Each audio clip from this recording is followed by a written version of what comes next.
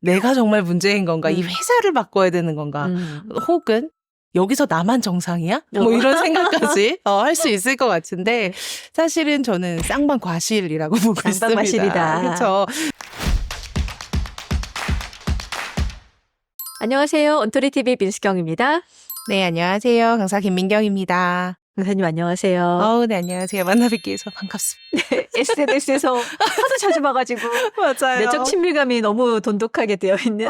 맞습니다. 연예인 만나 뵌 줄 알았습니다. 오늘 조직 문화에 대한 이야기를 나눌 거예요, 저희가. 네.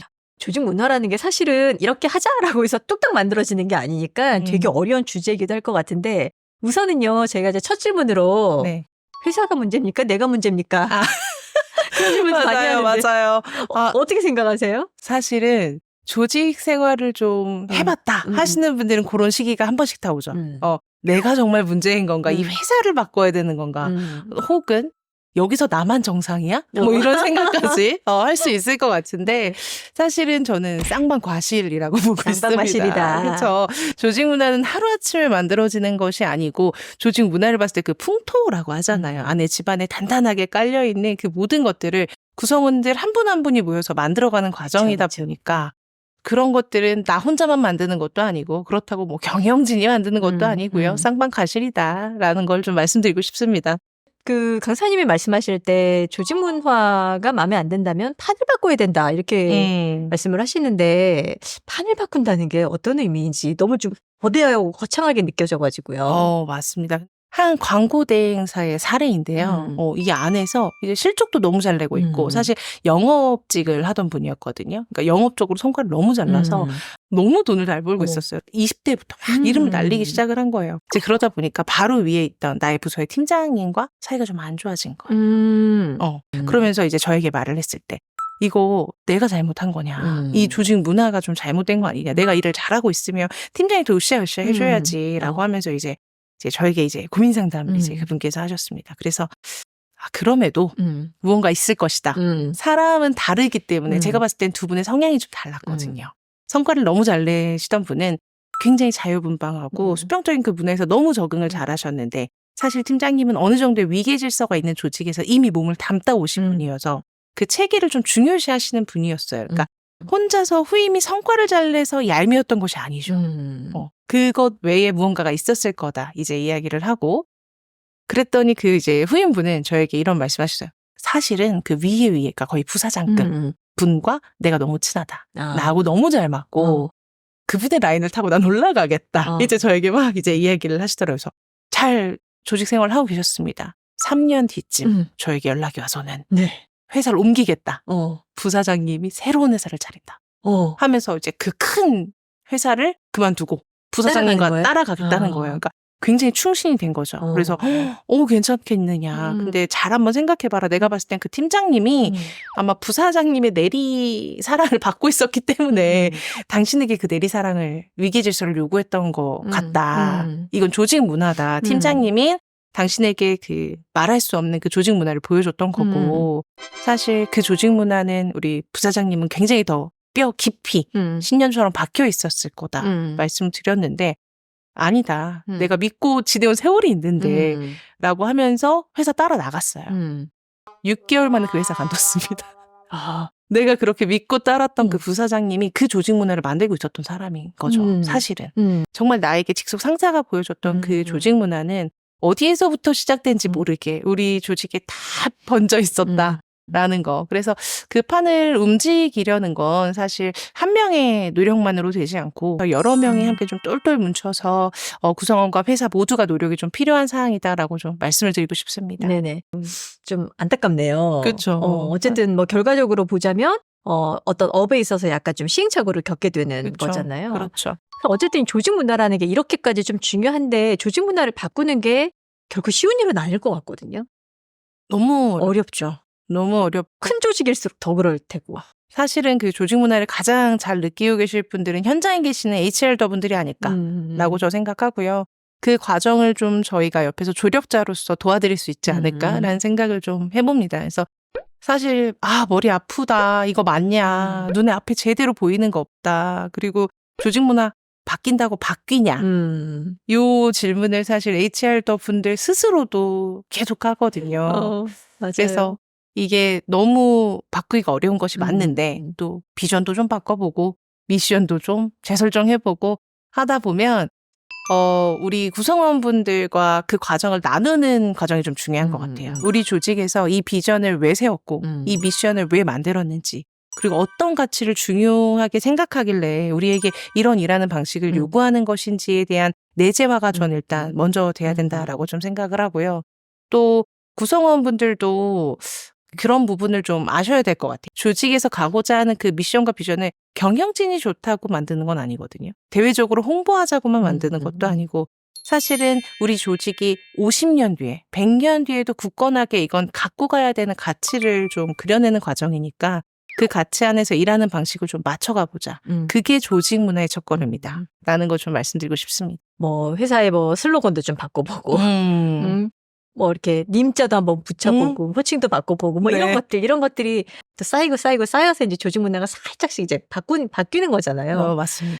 쉬운 작업은 아닌 게 맞습니다. 맞아요. 네. 쉬운 작업 절대 아니고 그러다 보니까 다들 조직 문화 더 갈망하는 것 같아요. 사실은 사람은 갖지 못하는 걸 갈망합니다. 비전도 마찬가지. 맞아요. 갖지 못하니까 계속 걔를 어떻게든 갈구하면서 가는 거죠. 맞아요. 네. 자, 조직과 구성원의 가치를 일치시키는 게 쉽지는 않을 텐데 그 과정으로 갈 때 어떤 좀 중요한 키 같은 게 있을까요? 구성원분들끼리 똘똘 좀 뭉쳐야 합니다. 제가 워크숍을 할 때 가장 좀 가슴 아픈 사례들 중에 몇 가지가 우리 조직에서 무엇을 좀 해줘야지 여러분이 좀 더 몰입을 잘하실 수 있겠냐라는 질문을 좀 드렸는데 제조 현장에 계신 분들이었습니다. 그분들이 월급 많이 주면 우리는 몰입 잘할 수 있어요. 뭐 이런 말씀들을 좀 하세요. 그때 전 너무 가슴이 아프죠. 왜냐하면 사실 돈만 준다고 해서 우리가 몰입을 할 수 있는 그런 존재는 아니잖아요. 그 문화가 자연스럽게 바뀌고 그 안에서 내가 왜 이것을 해야 되는지에 대한 원동력 그리고 나에 대한 효능감이 올라갈 수 있는 그런 환경이 돼야 된다고 생각을 하고요. 그러려면 우리가 하는 일에 대한 가치의 일치 먼저 우선시 돼야 하고 또 대표님께서도 이제 운영을 하시다 보면 약간 고민되는 것들이 저녁에 회식하는 게 좋을까? 점심에 일찌감치 포기했어요. 저녁 회식은. 저녁 회식은 애시랑 좀 이야기도 꺼내지 않습니다. 그러면 우리는 낮 회식만 하십니까? 낮 회식, 낮술. 낮술로 이제 우리 문화는 굳어졌군요. 네. 그 낮 회식, 낮술에 대한 질문을 어떤 팀장님들께 이제 좀 드려봤더니 저는요 낮 회식만 선호합니다라고 하시는 거예요. 그래서 왜 그러세요? 그러니까 저녁에 할 말 없는데 그 굳어있는 표정을 볼 자신이 없다는 거죠. 그러면 우리 조직 문화가 왜 그렇게 된 것 같으세요? 라고 이제 여쭤봤더니 사실 할 말이 너무 없는 분위기가 되었습니다. 라는 답변을 듣게 돼요. 그래서 조직 문화도 업무적인 이야기만 계속하면 결국은 좀 경직될 수밖에 없겠죠. 그래서 이런 스몰톡을 자주 이제 잽을 좀 던질 수 있는 그런 문화가 되어야 하고 조직이 원하는 방향과 우리 팀이 가고자 하는 방향을 좀 일치화시키는 과정도 좀 중요하다고 봅니다. 그렇죠. 그 일치시키는 과정이 결국에 소통을 해야 일치를 시킬 수 있기 때문에. 그렇죠. 근데 소통을 너무 큰 것만 훅훅 던지면 그렇죠. 너무 무겁게 느껴지잖아요. 맞아요. 그러니까 말씀하셨던 것처럼 좀 스몰 토크를 평상시에 좀 하면서 은근히 물들게. 네, 은근하게 물들게. 리더들이 이런 고민합니다. 팀원들은 모를 수도 있지만 실제로 리더분도 옵니다. 맞아요. 맘 아니야? 진짜로 너무 가슴 아파. 직급에 맞는 역할에 맞는 또 무게가 다 있는 것처럼 조직 문화 내에서 어려움을 느끼는 차이도 분명 다 있구나라는 생각을 좀 합니다. 네. 조직 문화 그 워딩 자체도 상당히 좀 많이 무겁고 또 어려워요. 네. 어떻게 조금 접근을 하면 좋을까요?